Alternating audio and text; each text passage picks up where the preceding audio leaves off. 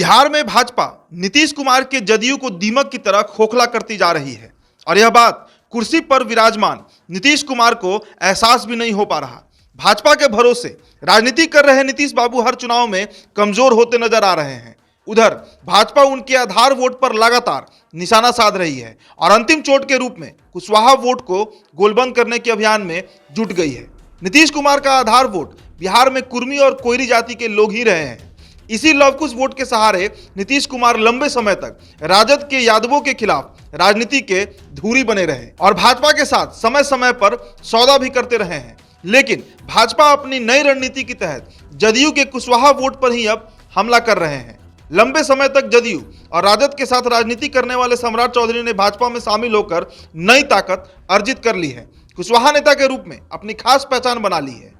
राजद और जदयू में रहते हुए भी वे प्रमुख नेता थे, लेकिन किसी पार्टी के लिए कुशवाहा चेहरा नहीं बन पाए थे। नीतीश कुमार ने ही दल बदल कानून के तहत सम्राट चौधरी की विधान परिषद की सदस्यता समाप्त करवाई थी। इसके बाद सम्राट चौधरी भाजपा की ओर मुखातिब हुए और भाजपा की सदस्यता ली।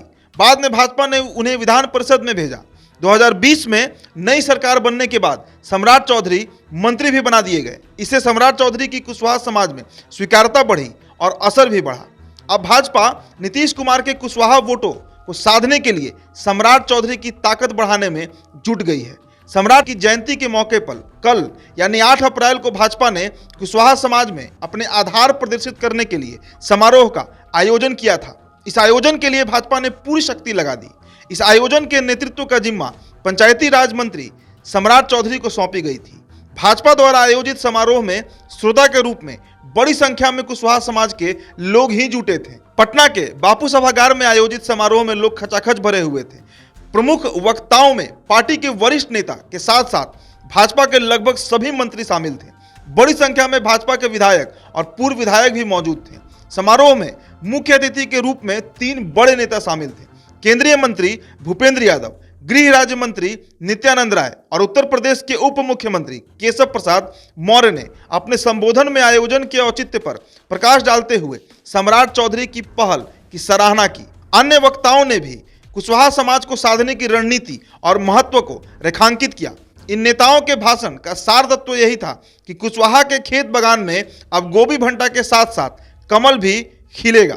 बिहारी मुहावरे में कुशवाहा के खेत बगान की फसल को बर्बाद करने का आरोप ऐतिहासिक तौर पर यादवों पर ही लगता रहा है। इसलिए भाजपा ने कुशवाहा के खेत बगान में खिले कमल की रक्षा का जिम्मा जो है वो यादवों को अब सौंप दिया है। ग्रामीण स्तर पर कुशवाहा और यादव के बीच विश्वास का नया माहौल बनाने की रणनीति की शुरुआत भाजपा ने अब कर दी है।